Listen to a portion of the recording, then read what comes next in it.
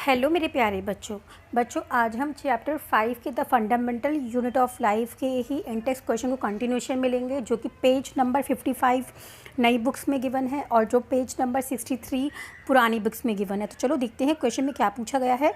Fill in the gaps in the following table illustrating differences between prokaryotic और eukaryotic cells. अब बच्चों basically हमें इस क्वेश्चन में क्या करना है, प्रोकैरियोटिक सेल्स और यूकैरियोटिक सेल्स में इस जो डिफरेंस है ना, इसको कंप्लीट करना है। यहाँ पे कहीं जगह पे fill in the blanks given है, ठीक है। तो अब हमें डिफ्रेंशिएट करते हुए ही ये फिल इन द ब्लैंक्स को फिल करना है। तो चलो इसका आंसर देखते हैं।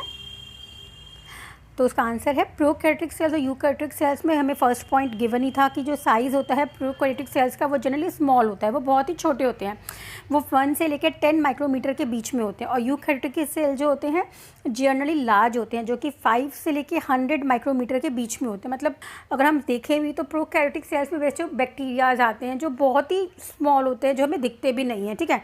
और यूकैरियोटिक सेल्स जो होते हैं ना, वो प्रोकैरियोटिक के कंपैरिजन में थोड़े बड़े होते हैं, ठीक है, बड़े होते हैं, 5 से 100 माइक्रोमीटर के बीच में होते हैं इसका साइज़ जो होता है। अब सेकंड आ गया कि प्रोकैरियोटिक सेल्स में जो न्यूक्लियर रीजन होता है, अब यहाँ पे हमें fill in the blank given था कि nuclear region dash and is known as dash. तो इसका आंसर क्या आएगा कि न्यूक्लियर रीजन जो होता है ना प्रोकैरियोटिक सेल्स में, वो पुअरली डिफाइंड होता है। क्यों?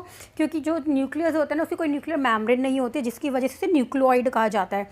और यूकैरियोटिक सेल्स में जो होता है वो बिल्कुल न्यूक्लियस जो होते हैं प्रॉपर न्यूक्लियर मेम्ब्रेन से सराउंडेड होता है। तो इसका आंसर ऐसे लिखेंगे, nuclear region poorly defined because of the absence of a nuclear membrane and is known as a nucleoids. और यूकैरियोटिक सेल्स में क्या होता है, न्यूक्लियर रीजन जो होता है वेल डिफाइंड होता है and surrounded by the nuclear membrane, ठीक है। अब नेक्स्ट है जो हमें गिवन ही है बुक में कि क्रोमोसोम्स जो होते हैं प्रोकैरियोटिक सेल में सिंगल होते हैं और जो यूकैरियोटिक सेल्स होते हैं उसमें मोर देन 1 क्रोमोसोम प्रेजेंट होते हैं।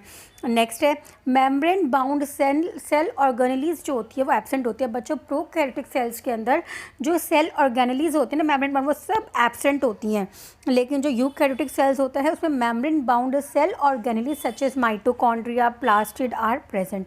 तो आई होप बच्चों ये क्वेश्चन आपको अच्छे से क्लियर हो गया होगा। अब नेक्स्ट क्वेश्चन हम अगली वीडियो में करेंगे। Bye bye, take care.